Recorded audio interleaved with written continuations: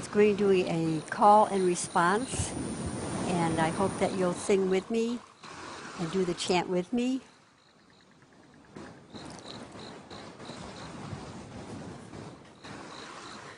Okay, can I hear the music?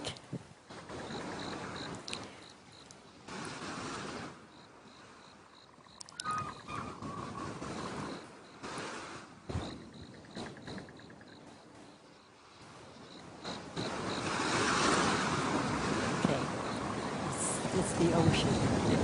Oh, my beloved,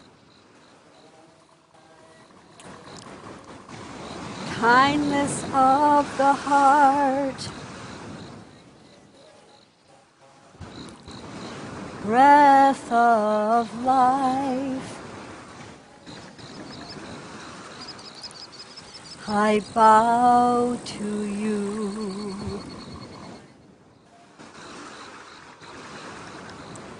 Divine teacher, divine friend, I bow to you.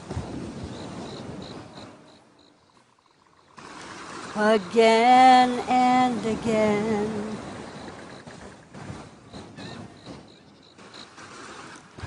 light of all life, shining through all, let the light bring healing to all. And I'm coming home. And I'm coming home. And I'm coming home. And I'm coming home. Coming home to the light within. Coming home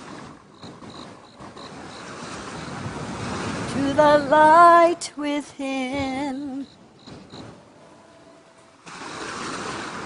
Coming home to the light within. Oh, my beloved, kindness of the heart, breath of all life, I bow to you. Divine teacher, divine friend, I bow to you. Again and again, light of all life, shining through all, let the light bring healing to all. And I'm coming home. And I'm coming home. and I'm coming home, and I'm coming home. Om Namo Gurudev Namo. Om Namo Gurudev Namo. Coming home to you. Coming home to you. Coming home to you. Coming home to you. Coming home to you. Coming home to you. Coming home to you. Coming home to you. Oh, my beloved, kindness of the heart, breath of all life, I bow to you. Divine teacher, divine friend, I bow to you.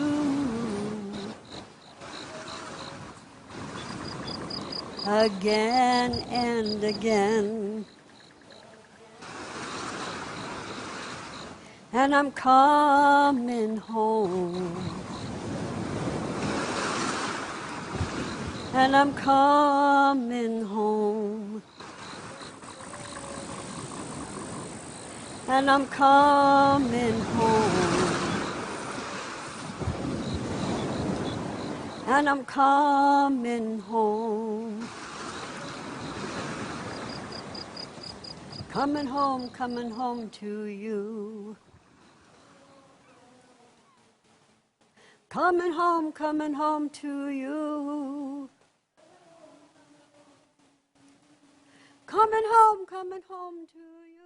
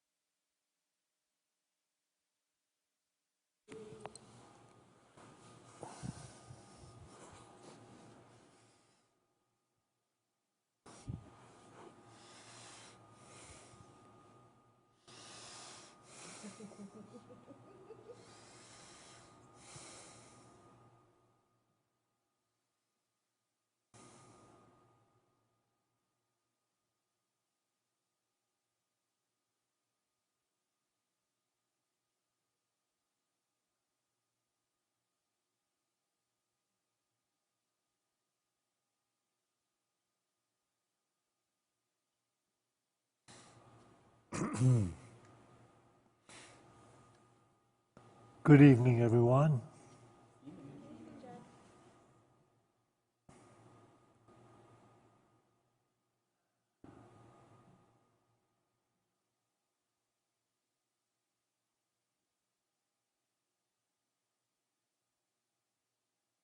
Many years ago, when I began the spiritual journey, I began in a small New York City apartment, which was a makeshift ARE center, Association for Research and Enlightenment. And two people that were up in years held sessions there, which were sessions of dream interpretation and spiritual discussion and meditation. And that would happen a couple times a week, all day Saturday. And the two people that began to do that were not there as teachers. They were simply there to open a book and have everybody start to discuss what Casey had stated in one of the Search for God books. And eventually I got involved in having a Search for God group meeting at my apartment with Norma. But there were moments in the ARE where I realized that the truth is the most valuable thing anyone could ever obtain. I think that's what helped me throughout the many, many years of my life when things weren't going as good as they should in the world. Norm and I had hit bottom a couple of times, really hit bottom. But I had that understanding that the most valuable thing anyone could obtain would be the truth. And so that has turned out to be so. It has proven itself to me over and over and over and over again. And we're talking about the consciousness divine, which when you say it to people who have very little experience with spiritual practice, it sounds like a religious idea that somebody might propagate in order to create a following. Many people have that initial idea that, spiritual teachers are really simply trying to develop a following and make a living in the world. Because naturally, people who are in the world and of the world think simply in terms of gaining what is really considered valuable from the world. But the truth is, this truth cannot be gained the same way we think about gaining something from the world. Yes, it is gained by practice, by devotion, by study, but it is the most valuable thing. And so when you share it with other people, for a while they do not get how valuable it is. And so they assume that at some point enlightenment has to do with getting it. Some master will lay his hands on someone, or you'll figure it out. It'll be an intellectual concept. The truth is an intellectual concept. It is not. It is a divine awareness. So this whole ideal can be put in interesting terms, and is put in interesting terms throughout A Course in Miracles. So in 2 lines from A Course in Miracles, you have the explanation of this truth.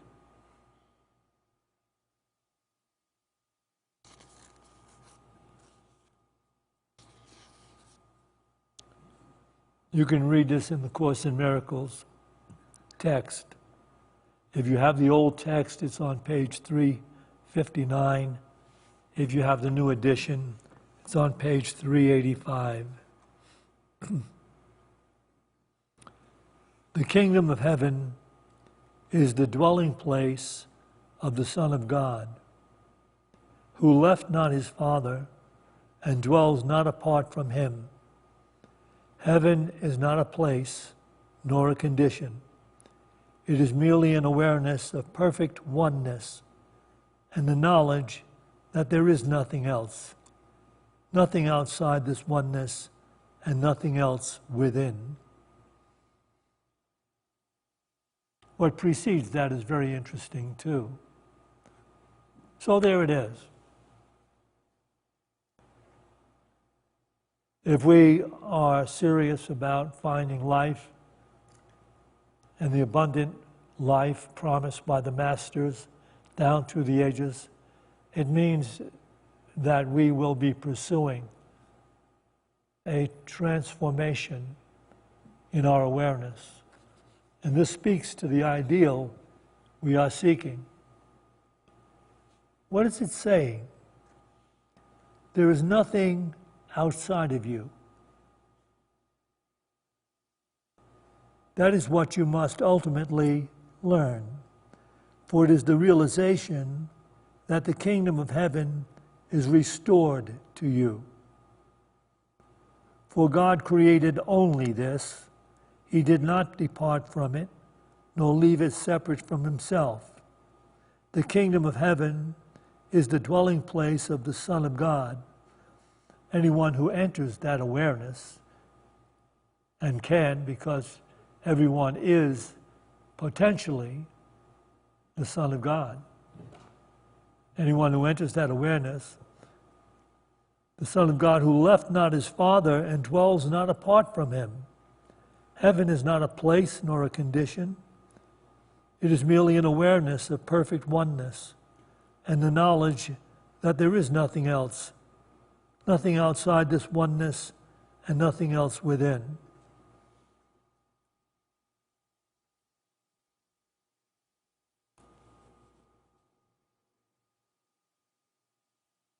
What difference is there in the concept of going to heaven when we die, or entering heaven now as a state of consciousness?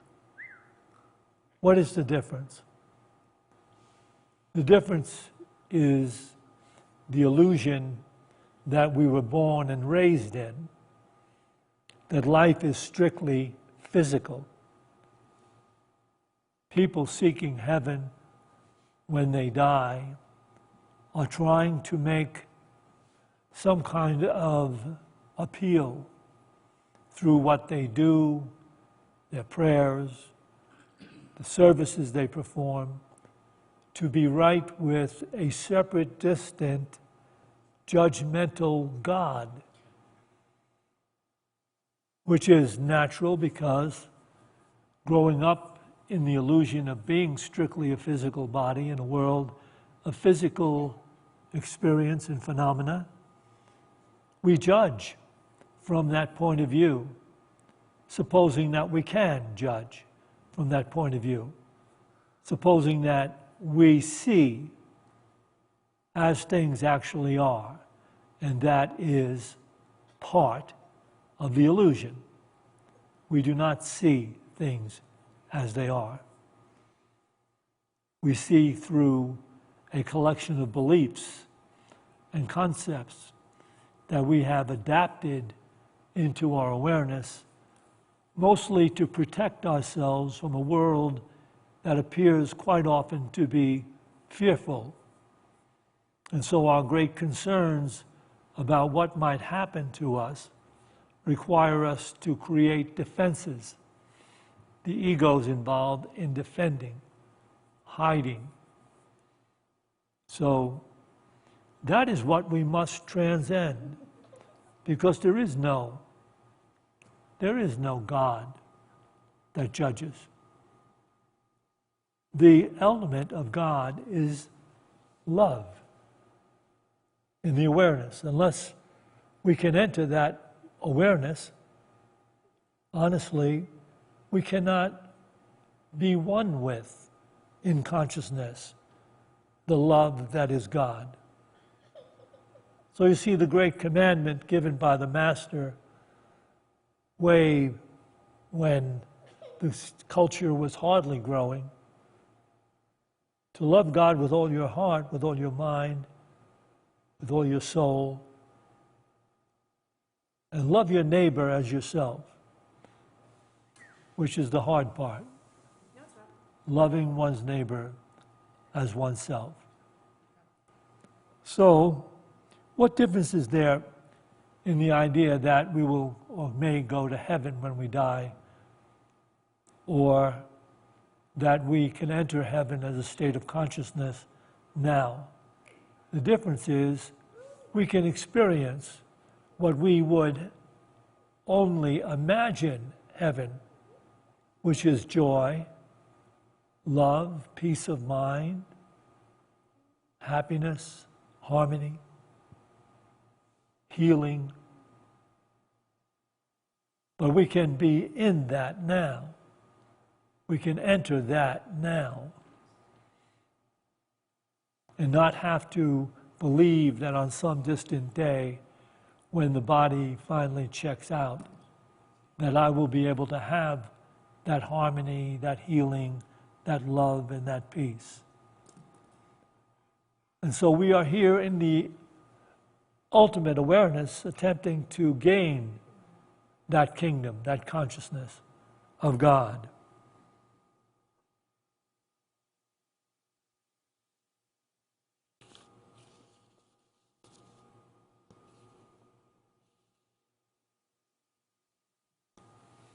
So the difference is that once we understand how valuable the truth is, we seek it not as an intellectual concept, but it is, if you understand it this way, are you truthful? Are you capable of being truthful without any deviation? So you thought it was an intellectual concept, the truth will make you free. Well, it's intellectual, you'll figure it out and then you'll be free. No. Are you truthful? Do you enter the true creation that is itself now available as heaven? Could you expect to enter it without loving your neighbor as yourself? Could you expect to enter a place of joy, love, peace, wisdom, and not fulfill the commandment to love your neighbor as yourself? If you are not loving your neighbors as yourself, you are not truthful. You are involved in illusion, deviation, denial, and naturally your life will be filled with conflict, concern, and fear. Having been in this work a long time, I have had more spiritual experiences than most people, because early on in my life I was moving already to gain this truth. Now, just recently on Sunday, I gave an example of the consciousness of God being available here and now. It happened when I took my dog, as I do. About 5 mornings a week I have the opportunity to take my dog for a hike into the woods outside my house. At 6:30 in the morning, last Tuesday, I stepped outside. When I begin this hike, I have my dog, Teton, on a leash because there's about 50 yards, maybe 70 yards of road. It's still a dirt road, but there are 3 houses on it. And I don't want to involve my dog with a car coming down. It's very close on both sides. So I have him on a leash so I can pull him in close if a car is coming down or coming up to one of those houses. But on that day, in that morning at 6:30 a.m.,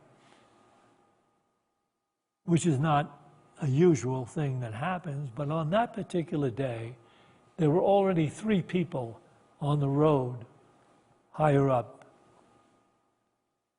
2 guys and a girl, and they had a dog, a medium-sized dog. And I was not wanting to involve myself or Teton with a strange dog. Teton had been attacked by a strange dog before, so I planned to go above the road and hike along the mountains without the path that is usually there. That road that is a dirt road goes into a path, a single tiny dirt path that runs down into the forest. Well, I had planned to avoid the 3 people with their dog, so I went up on the side into the mountains in the forest, where there is no path. And I had Teton with me. And as I usually do, when I get into the forest, I release the leash from his collar, and Teton runs free. So on those mornings when I take him for this hike, Teton can run free, sniff, chase, hunt, do whatever he wants to do. On those days, though, I'm usually walking on this single tiny path down below, and Teton will occasionally come down to me and then fire back up into the woods to hunt. But at some point, he's trained to meet me in this clearing, which is about a half a mile down. So Teton gets about a half an hour to hang out, run, sniff, be a dog fully on his own. Anyway, when we cut up into this forest, and I was walking through this wooded, it's all pine trees and wildflowers like you can't believe everywhere.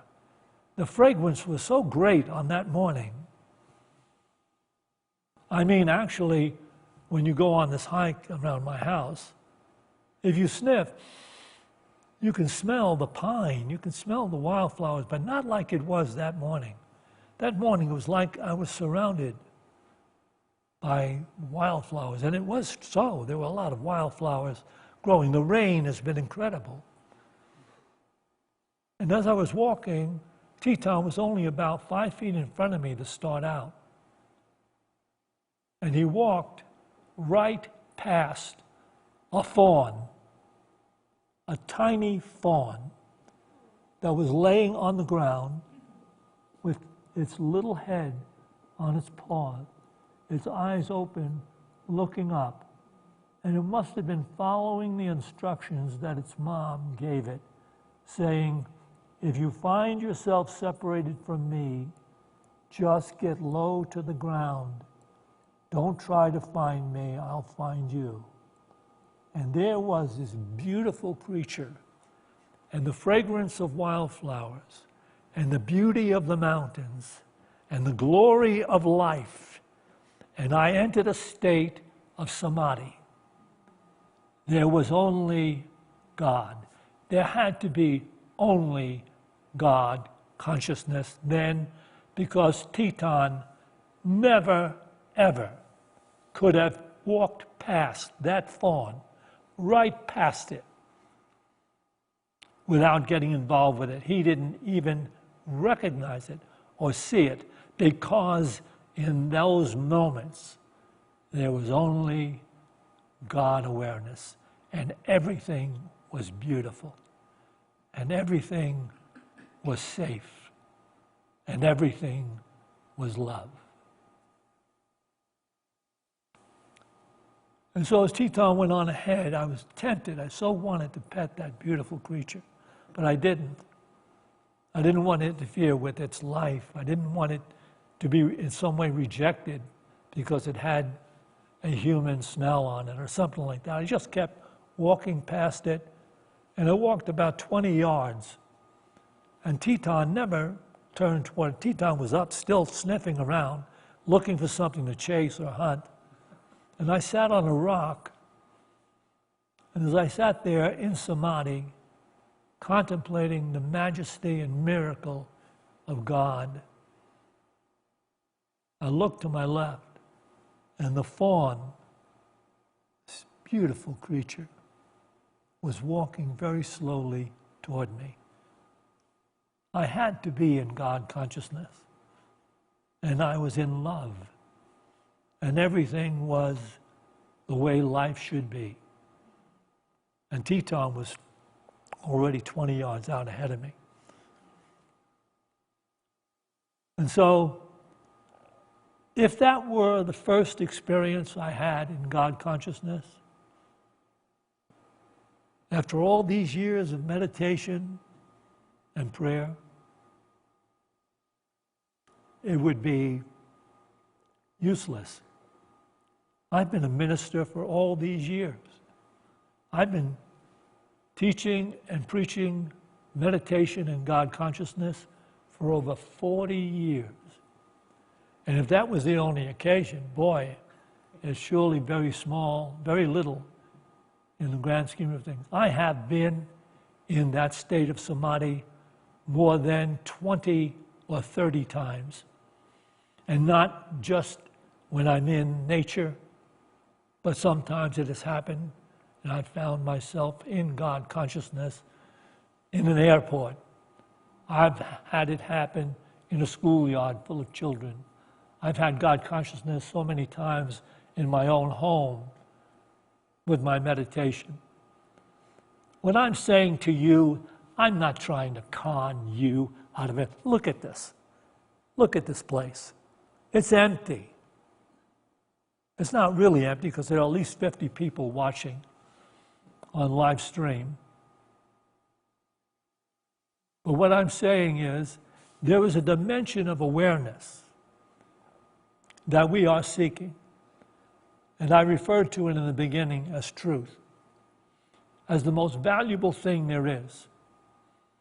And I have to read to you, because I did this on Sunday, for the group that was listening to it. I want to read to you that which I was meditating on for 30 or 40 minutes before it was my time, 6:30 in the morning, to take Teton out. And by the way, Teton, when I'm meditating in the morning, he's in the same room with me. I'm meditating, I'm sitting on the couch, and he's got the big chair over here, a smaller divan over there, and he waits. He does not disturb my meditation. But at 6:30, he comes over and wants to let me know we've been quiet long enough. And he'll put his paw on my knee and say, "Dad, let's go." Anyway, what I meditated on that morning on Tuesday is from the workbook of A Course in Miracles, page 349.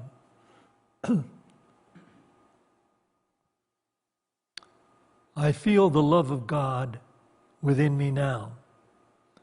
To feel the love of God within you is to see the world anew, shining in innocence, alive with hope, and blessed with perfect charity and love.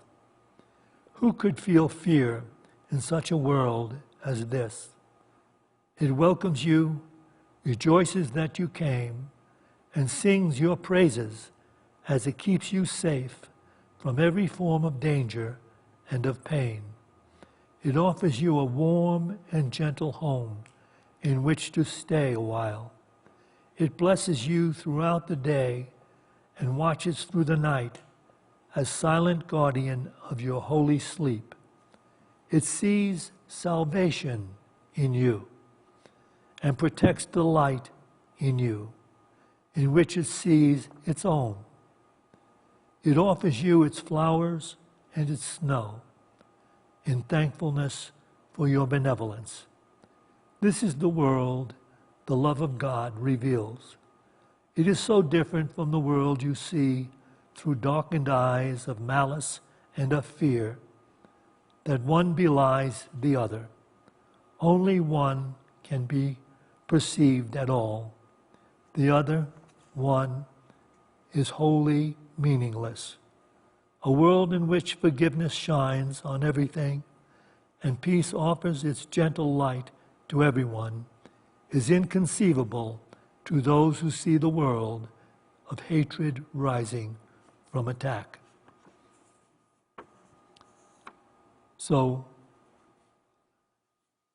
I was meditating on that. And of course, when I meditate in the morning, I am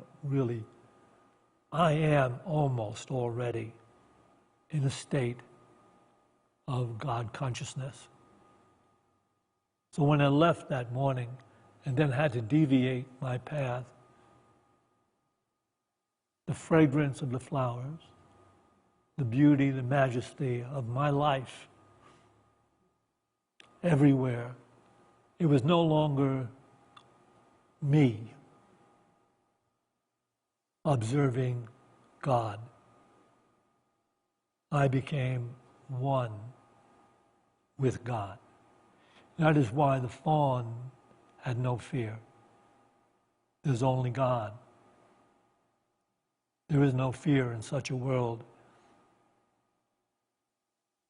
And so, when we look at the teachings of the masters down through the ages, how hard can it actually be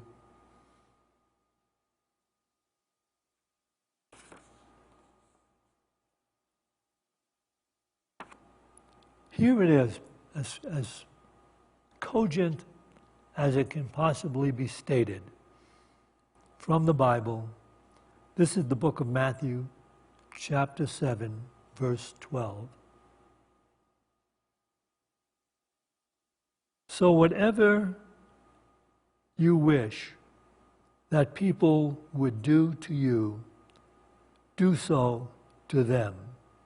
For this is the law and the prophets.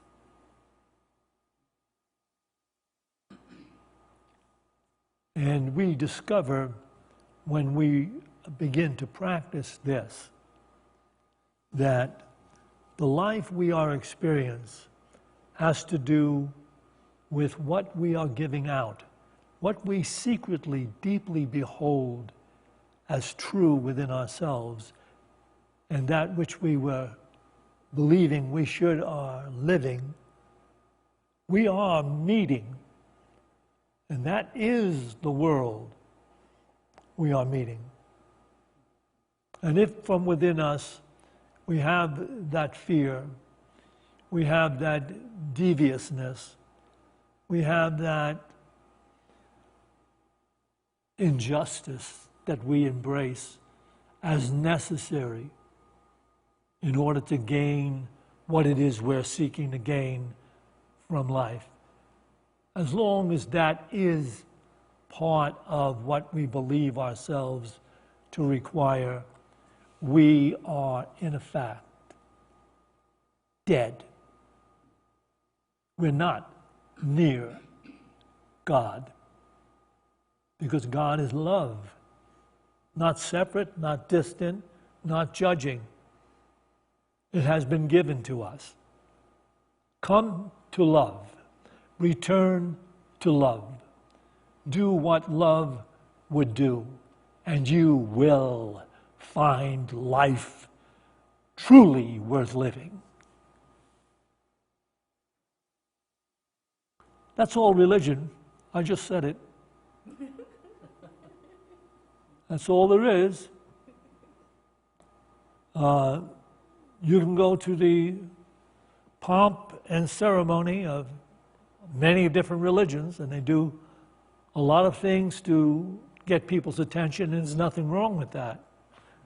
Because you have to do something to get the people who have hung out in the world so long, believing that somehow or other they can manipulate conditions, circumstances, people around them to gain a world truly worth living. Can never happen, because everything is interconnected. And listen to these words. Where do these words come from? 2,000 years ago, if you want to think of it in those terms, a carpenter's son, was he really speaking as a carpenter's son? Or as an enlightened being? Listen to the words. Nothing is hidden. Anything sought to be hidden will be revealed and shouted from the housetops. Your life is understood and reflected back to you by what it is you truly embrace. And if you don't like the life you're experiencing, then that which needs to change is within yourself. You must return to divine love. Not personal love, not love for gain, not love to be acknowledged, but love that excludes no one and includes everyone. That is our calling. That is why we do our spiritual practice. And so, we will do that tonight as well. We're going to meditate, take time to withdraw from the thinking of the world and allow the awareness of the presence to rise within us. That is our calling. That is what will bring us to the life truly worth living. So you can begin by taking a couple of deep breaths. As you release your breath, release any cares or concerns, any pressing cares you may have brought with you. Just be willing to be sitting here in peace, experiencing the moment just as it is, allowing the moment just as it is, breathing, allowing.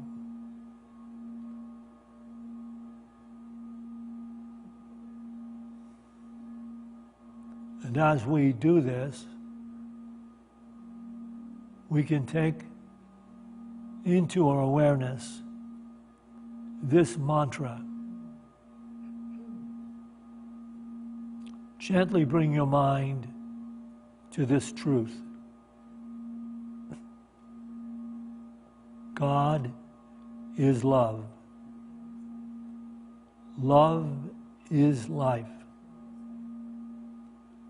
I am God's life. I am. God is love. Love is true life. I am God's true life. I am. God is love. Love is life. I am God's life. I am. Breathe in the I, breathe out the am. Meditate on I am. I am. I am.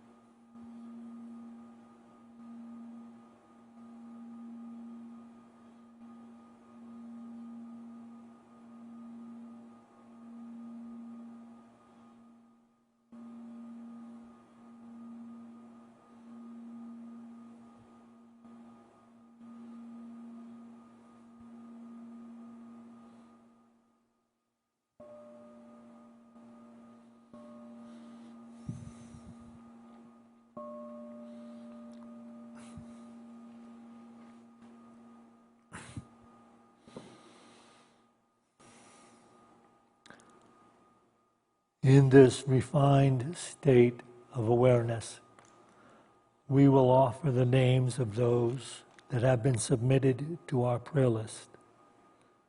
As Norma calls each name, just sustain this peace of presence now. Tim, Jeannie, Susan, Heather, Matt J., Bruce B., Christine M., Rebecca, Kathy, Addie, Adrian, Tony, Tracy, family, friends, and work, Janet McNamara, John Quinn, Rosemary Sacheri, A.E. Blair, C.S. and family, Rachel and Ryan, Nate, Christopher, Stephanie, Daniel, Michelle, Kristen, Shane, Riley, Jackson, Sarah, Adam, Elowen, Barbara, Heather, Madison, Bridger, Aaron, Jason, Jay, Jessica, Melissa, George and family health, Rosie, Virginia, Amron, Joe, Eric, Marnie, Tom, Rigpa, Carol, LaJoy, Gail and Rich, Brandon and Casey, Bailey, Zazzy, Unitines, Marie B., Wayne B., Susan R., Max and Regina, Justin, and you can call out a name at this time if you would like to do so. Jim Albertson and Terry, D. Matthew and family, S. Casey and family, S. Daniel and family, Sandy Spahn, Dan Spahn and family.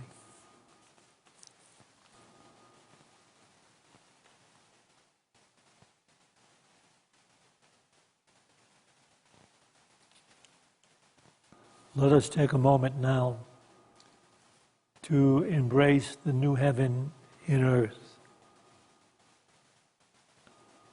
This will come about as humanity rises in awareness. And we see this happening in the consciousness of everyone sharing this Boulder community with us. This consciousness, divine, rising in everyone sharing the state of Colorado with us. This divine wholeness and awareness rising in the consciousness of everyone sharing these United States of America with us.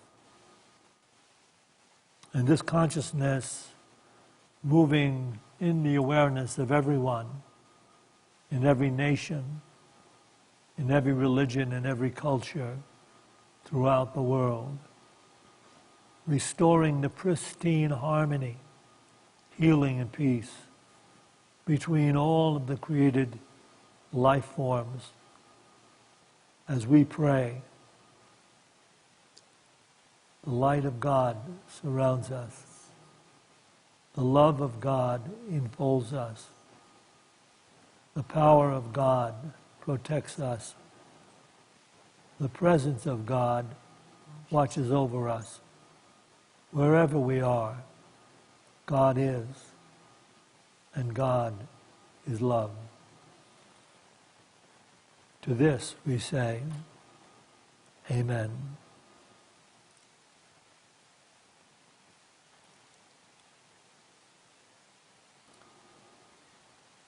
We will take an offering for unity now.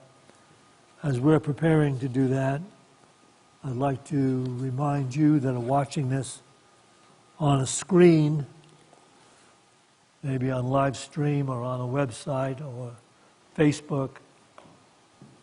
If you're tuning in to the Unity services, you're seeking those insights into life that will help you bring about that healing and that peace that you're seeking. To facilitate that, you can do yourself a favor by tithing to support Unity of Boulder. So involve yourself in that and see how it affects your life all around. Everyone here can bring into their hands that gift they'd like to make to Unity, and we can bless the gift with this offering prayer. Divine love, through me, blesses and multiplies all that I have, all that I give, and all that I receive, because I give. And so it is.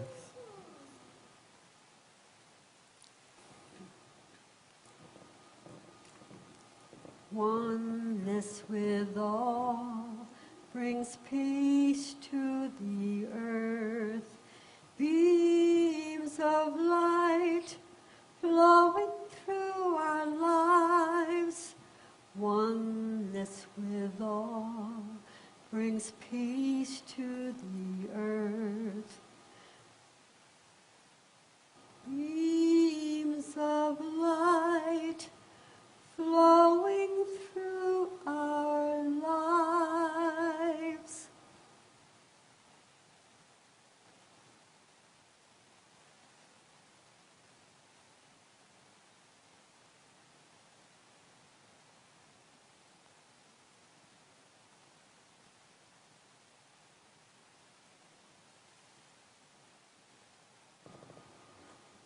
Join me now, please. We dedicate this tithe to the will and the work of the Spirit of truth, the Spirit available to each of us, the Spirit that joins all of us. We dedicate this tithe to the victory of the Spirit of truth. Amen.